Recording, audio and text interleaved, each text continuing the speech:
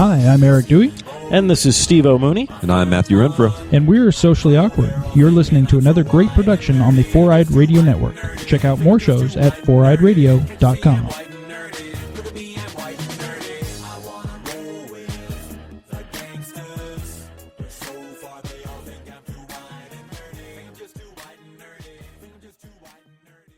Today on Ranger Command Power Hour.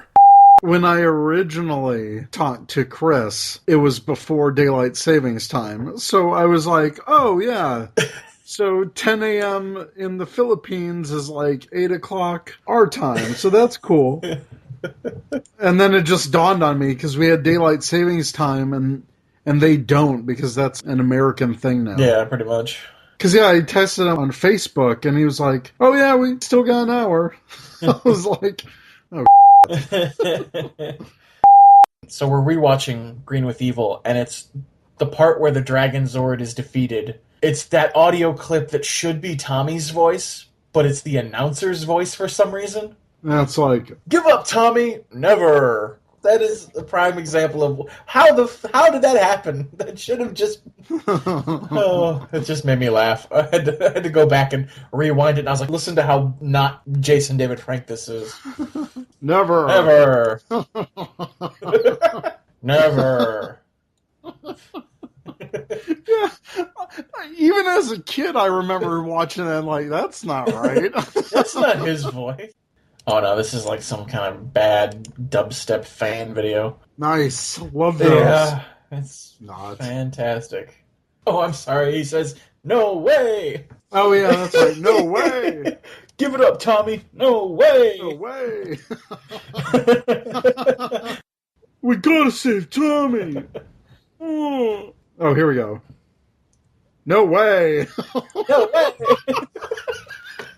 I don't know why, but just makes me laugh like an idiot every time. But why? Like, just why? Jason David Frank just not do ADR that day? Like, what the f***? I would love to know the story behind why it's like that. No way. No way! And now on Ranger Command Power Hour. Hey, it's the Ranger Command Power Hour. Come on, this. Today on the Power Hour, extra episode number 2, Ranger Cosplay, recorded on March 20th, 2015. Welcome to the Ranger Command Power Hour on the Four-Eyed Radio Network. It's time to Ranger up with your hosts. I'm Eric, also known as TrekkieB47. And I'm Zach, also known as the Cinema Slob. This extra episode is brought to you by our patrons on Patreon. Go to patreon.com/RangerCommandPH to learn more about supporting Ranger Command Power Hour. Today we have a special guest co-host joining us, Chris Cantata. Chris Cantata is a cosplayer from the Philippines whose YouTube channel has over 18,000 subscribers and over 2 million views. He cosplays Power Rangers, Star Wars, and Ninja Turtles. On his channel he has done Power Rangers drum covers, toy and episode reviews, cosplay skits, and more. Currently, he is an actor in the upcoming Philippine series called Mythos later this year. So, welcome to Ranger Command, Chris. Hey guys, it's good to be here. Welcome to the insanity. It's good to have you here. So, I started watching your YouTube videos about a year ago, and I was always really impressed with how funny your videos are, especially your skits. Yeah. It's Morphin time! Legendary Ranger mode, Mighty Morphin!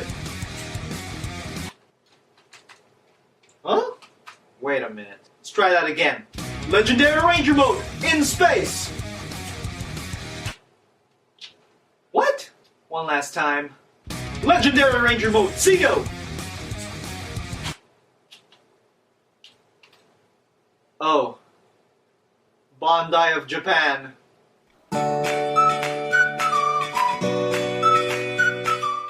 So, first I wanted to ask, how did you get involved in cosplay? Well, I started cosplaying a stormtrooper back in 2007. I joined the 501st Legion, the international Star Wars costuming group. And then I think when it came to Power Rangers cosplays, I think it happened around 2 or 3 years ago when the announcement of the 20th anniversary of Power Rangers, and that started my whole rekindling my childhood dream of being a Power Ranger. It started when I found out that Jason David Frank was gonna guest at Super Mega Force, and this was like a good whole year, or even more than a year, than when that episode actually got released. So I started Googling again, and somehow I found a link going to Facebook Rangers. Oh yeah, Facebook Rangers. And then I joined that. Then my eyes were just opened with all these other Power Rangers cosplayers and Power Rangers enthusiasts. It's like I truly thought that the whole fandom was on a Lilo type of thing. But after joining Facebook Rangers, it's like, whoa, it's still going so strong. And that's where I learned about Super Sentai, since I had no idea what Super Sentai was years ago. And then I watched Go Kaiger, and then everything started to really interest me again. And I was always a toy collector, but now it's like I'm a cosplay collector now. It's actually pretty amazing. And I used to be obese when I was a kid, like until college, like 200 plus pounds. And well, as a kid, I would never have dared buy any costume related to Power Rangers because of that reason. Right. I might get laughed at, or kids being kids, and how kids can be mean sometimes. So I steer cleared from that. And then when I realized that there were people like Aniki out there who were making really, really awesome costumes, I was like, oh man, I guess this is my time. I mean, I'm thinner now, and and spandex might not look too bad on me this time.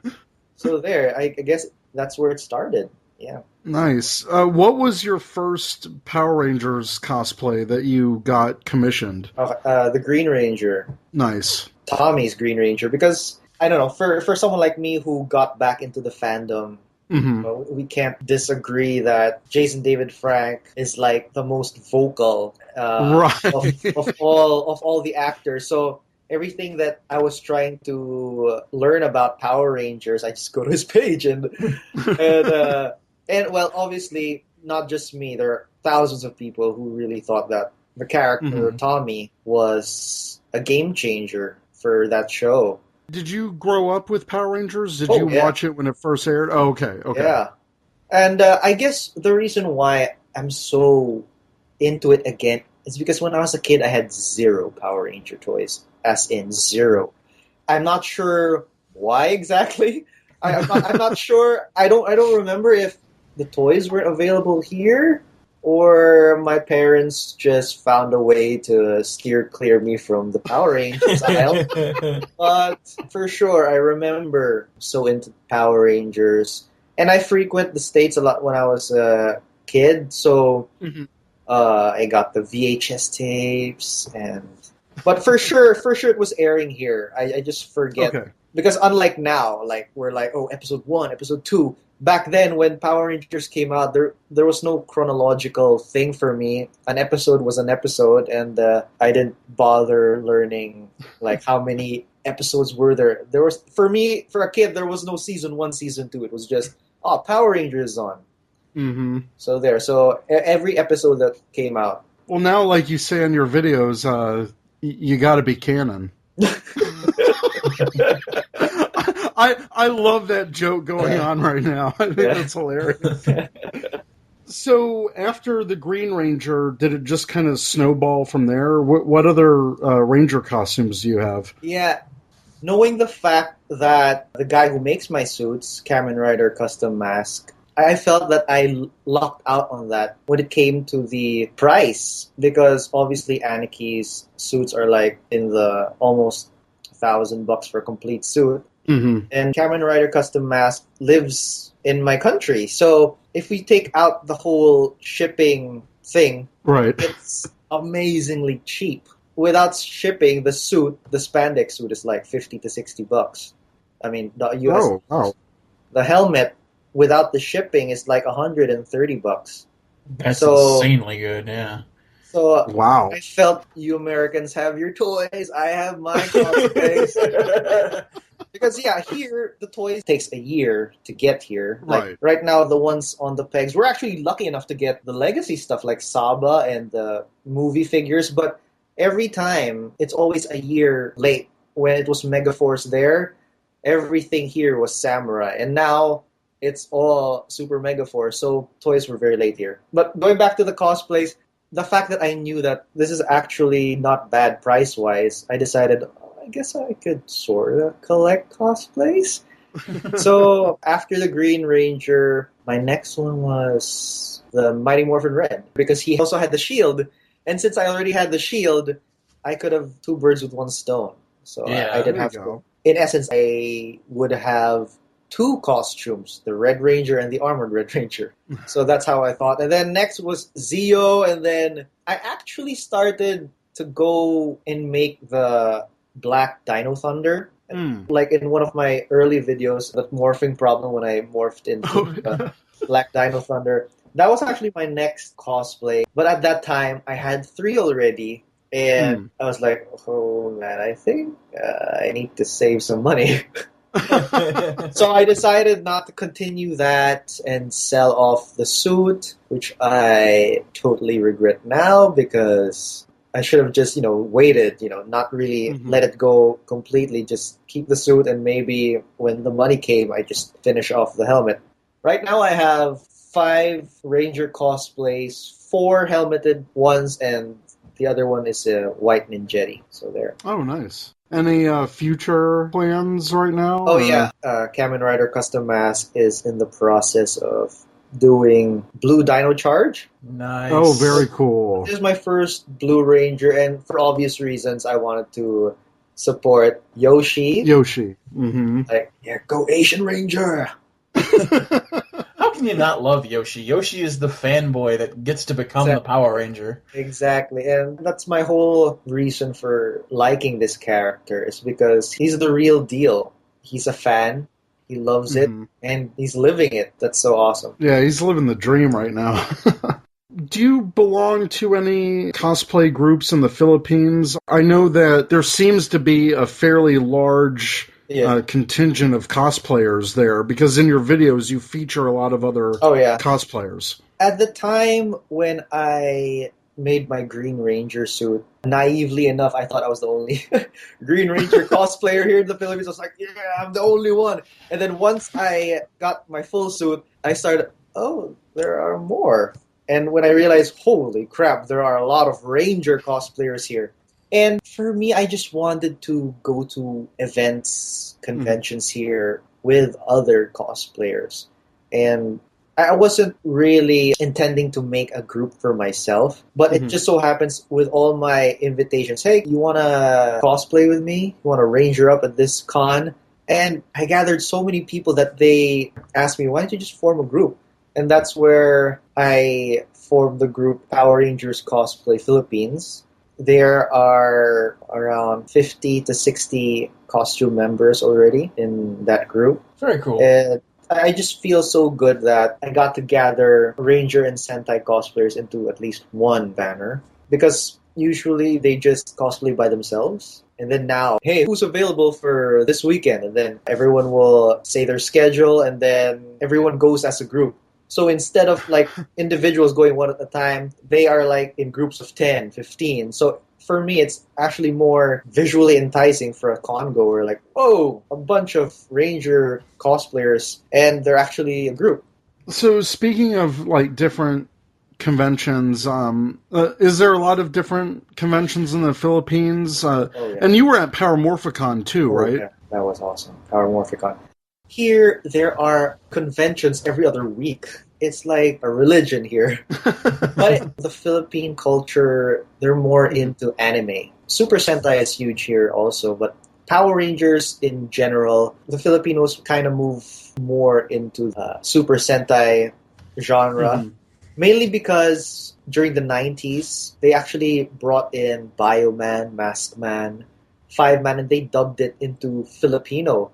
They actually got the rights for that, and they got the rights to redo the intro, the music. Instead of Japanese, they made a Filipino version. So Filipinos, they have a soft spot for Super Sentai because of growing up to that in the 90s. So conventions here, they don't bring so much guests like at Lexington or Power Morphicon. They're like, holy, it's like table after table of actors and stuff. The problem here, when I think some people try to bring Power Rangers actors here, is the actors or the management of these artists don't realize that we are a freaking third world country, and the money that they're asking might be normal for the States, but here in the Philippines it's like night and day. It's that big. The organizers can't really afford that because, first of all, besides the talent fee, they have to fly in these people here. And it's no joke from the US to the Philippines. Even if it's in coach, it's like almost per person $2,000. Oh, wow. Yeah. So after meeting Austin St. John at Power Morphicon, he was really interested in going to the Philippines. Like, I even got in touch with his manager, and I started telling organizers here in the Philippines about his interest. And it just didn't follow through because of the money. Right. I mean, I can understand that. I mean, it's a shame, though. I mean, a lot of people would really enjoy them coming here. But just imagine, aside from the talent fee, they're asking like $75 to $100 a day for food. So that's like, when it comes to Philippine money, that's like 5,000 pesos. But you can actually live with breakfast, lunch, and dinner. That's pretty awesome for like 2,000 a day, and that is actually already some good. So, but you know, McDonald's here, it's like if you buy a sandwich here, it's like 20 pesos. It's not even 50 cents there. So there's a real difference when it comes to money and the cost of living. So maybe the managers and the actors don't understand that initially? Yeah, Is that, we don't want to offend them by asking them to lower their price. So, I mean, they have to do what they have to do, and unfortunately, we can't handle that. Well, you went to Power Morphicon because I saw your videos, and I was there too, and I think I may have seen you, but at the time I really didn't connect that was really you. Yeah. So what was Power Morphicon like for you? Who's this Asian? So what was Power Morphicon like for you? It was the best. I loved every minute of it. Not just meeting the actors, but the community. I felt the Ranger love from the fans, especially from Facebook Rangers. It's like people you chat with online. I mean, it's easy for people who live in the States. They can just meet up. But for me, I've been in Facebook Rangers before Power Morphicon for like a year or a year and a half. And I know the people I converse with. It's just a different feeling when you're actually looking at them and you're talking to them face to face. And it's just a good feeling. It's like I'm part of a family, a long distance family. But it's actually nice just spending time and chatting with them. And this is how I actually found out that something was happening with my YouTube channel, is because kids at Power Morphicon started calling out my full name. It's like, Chris, oh my gosh. Chris. And here you pronounce my last, in the Philippines you pronounce my last name as Cantada. But in the States, I guess when you initially read it, it's Cantada or Cantada. Every time I hear, Chris Cantada! I'm like, who's that? Oh my god, it's a kid. I like your videos. Like, you know who I am? I'm an Asian fool, and you know, can't believe it. So after Power Morphicon, it really opened my eyes to my Power Rangers fandom and how it's amazing that all these little, for me, like these wacky stuff I've been doing, I really don't pay any attention to it. It actually gets seen and liked by people from the States, and it's just too cool. It really is cool. Speaking of your videos, how did that whole idea come about? Are you just naturally, a writer or filmmaker? Like what?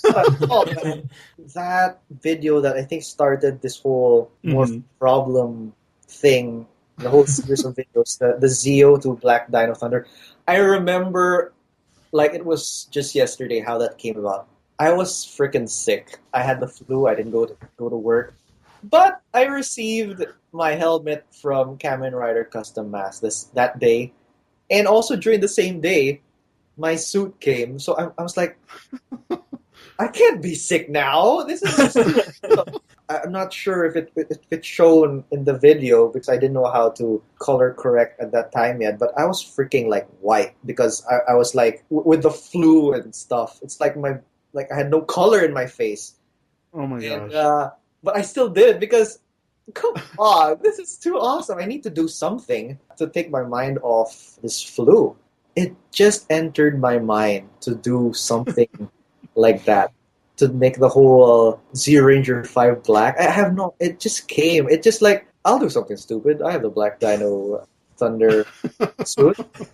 Let's do something. And I had a Mac at that time, so iMovie was just there. There are a lot of presets there that I could use. And prior to doing all this, I was actually a musician. I was a drummer for a local band here for like 7 years. We were signed by Universal Records and stuff. We had albums. So I had this audio and sound background. So I knew how to edit audio levels and stuff. Like I would know what sounded awful and what sounded good. But video-wise, zero. So I had to rely on just making something that I would want to see if I was watching a YouTube video. I just try to do common sense with that. It was no biggie doing morphing sequences because you just need a tripod and just press play and then stay in the same position and bam, crossfade, boom, sound effects. You have a morphing sequence. So, that was my introduction to the whole video editing thing through videos like that. My early videos, I just had this really good point and shoot cam. But there were some things I wanted to imagine doing, like focusing or defocus. These little things that point and shoots can't hack. So just a few months ago, I invested in a nice camera, nice microphones. It's starting to get... I still want it to be amateur looking. I don't want it to be too good. Well, for obvious reasons, I don't want Saban to know about it.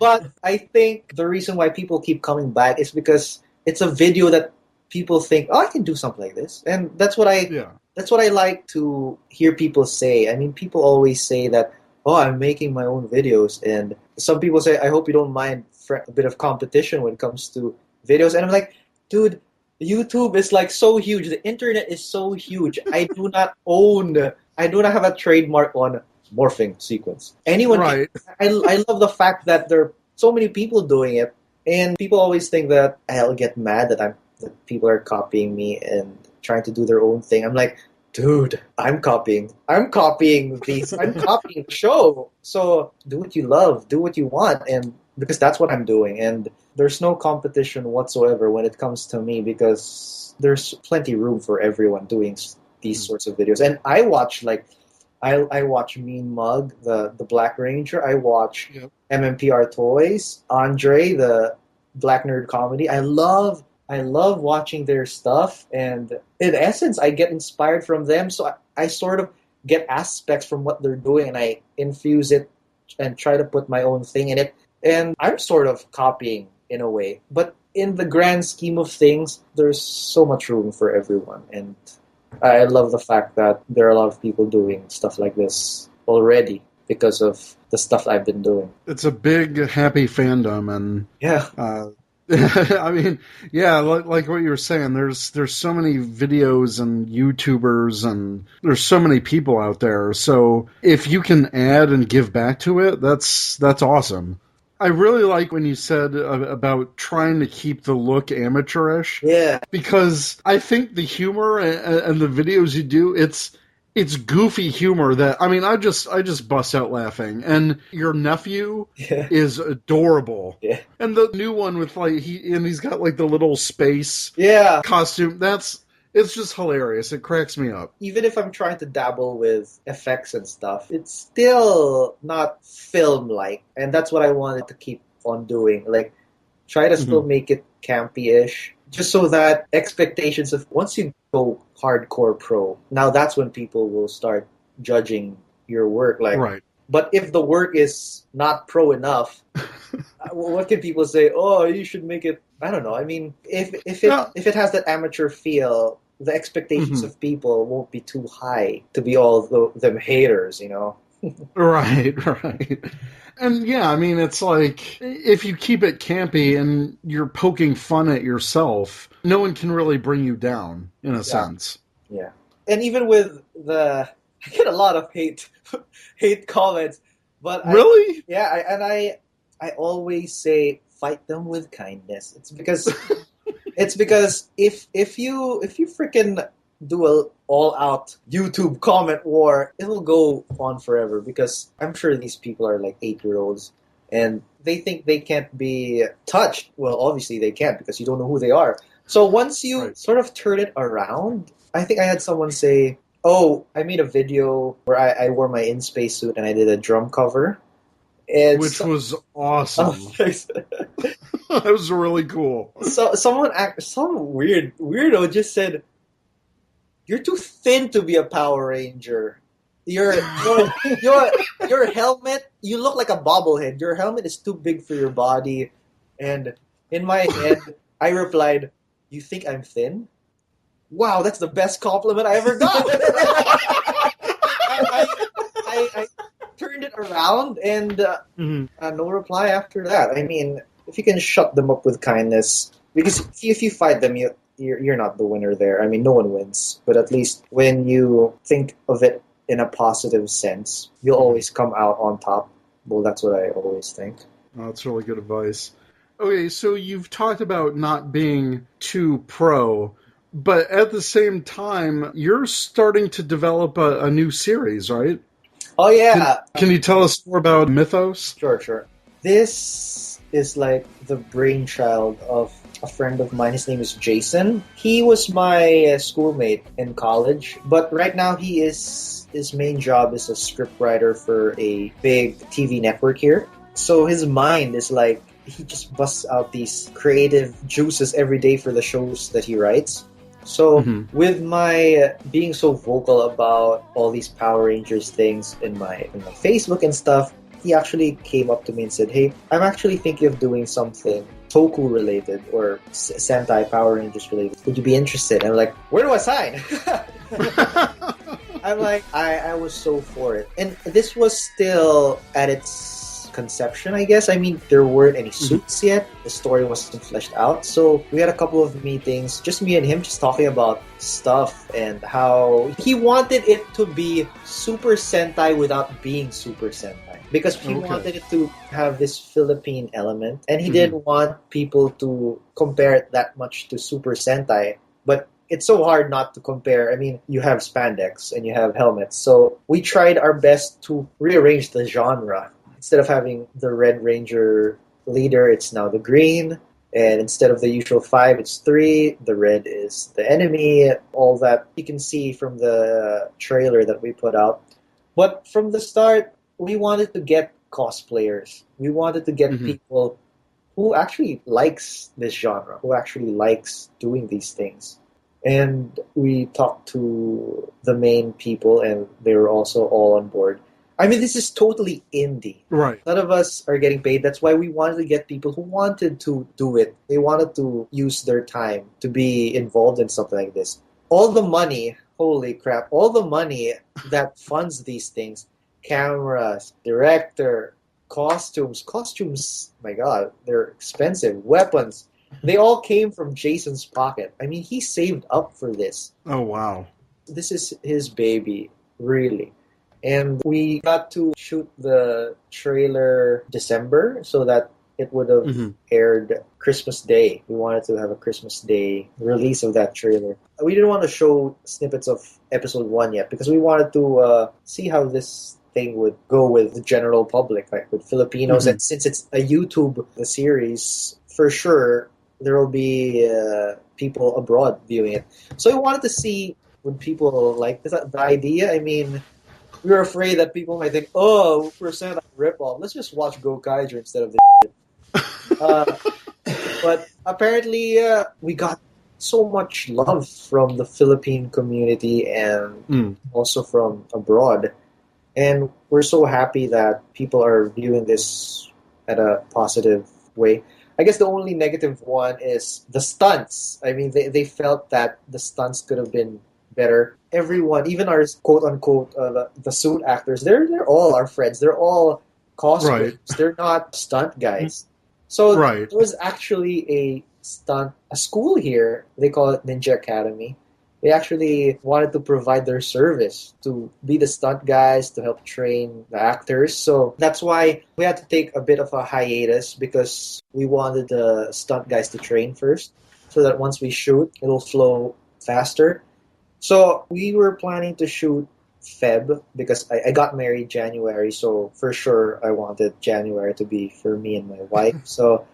But Congratulations, thanks. by the way. Thanks. So right now, since we had that hiatus, Jason redid the script a bit, tweaked it a bit, and it actually became edgier. So I'm glad we had that hiatus for him to create something, to tweak it a bit. So for sure, this April, we're going to start shooting stuff already. And no matter what, well, I hope, no matter what, quote unquote, hopefully, this 2015 will be releasing this thing. And I think it's not going to be like Super Sentai 50 episodes. It's going to be short, 10 episodes. And I think the original plan is to shoot everything, so that once we release episode 1, we will be releasing every week.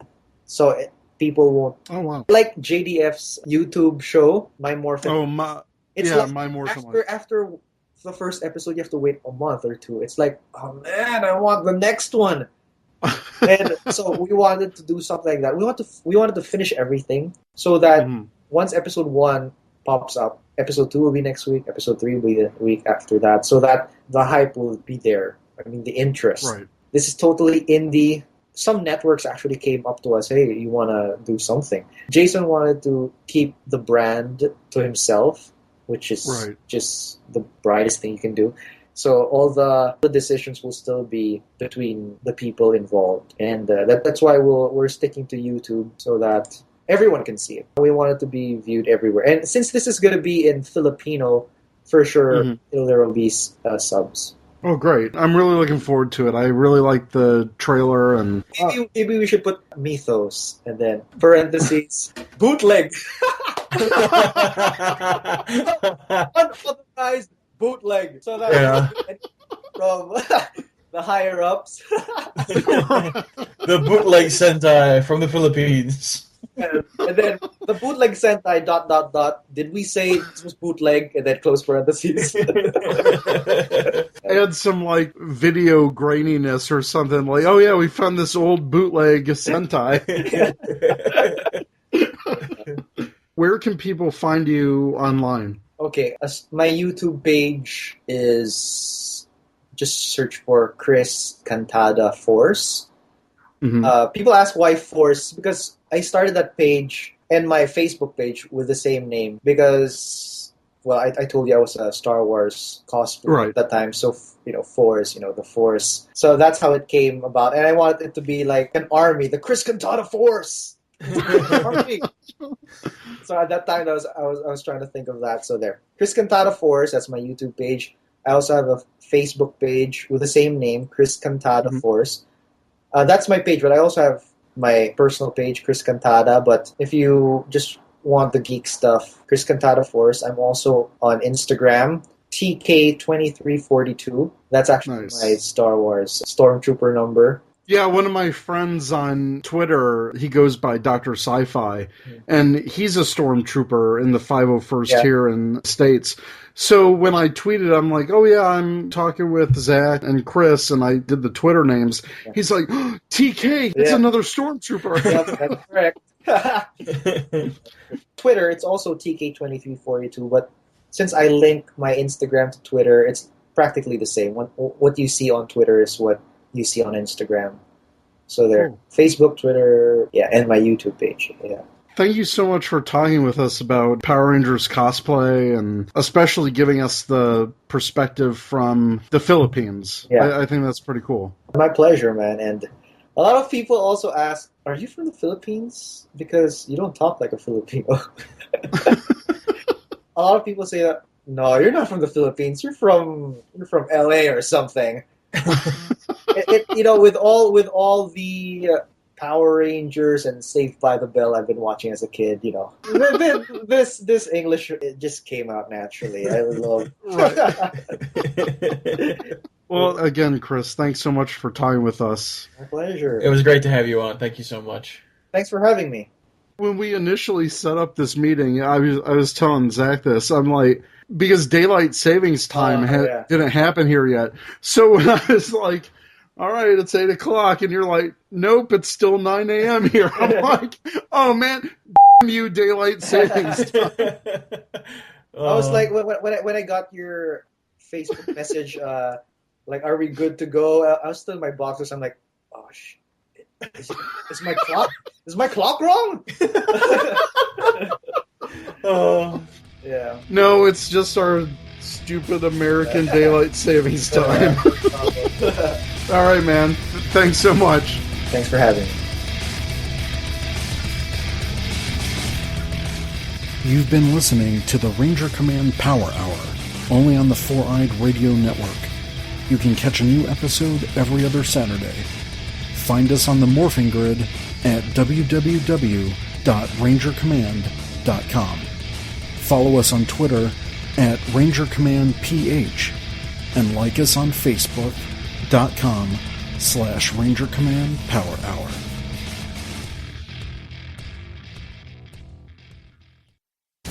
This is Truckee B47 from the Ranger Command Power Hour, and you are listening to the Four-Eyed Radio Network. Ranger Command is now on Patreon. Become a patron by pledging as much or as little as you like every month and receive cool perks. By pledging, you are helping us make our show even better. Go to patreon.com/RangerCommandPH to learn more. Thanks. This has been another great presentation by the Four-Eyed Radio Network. You can find more information at foureyedradio.com.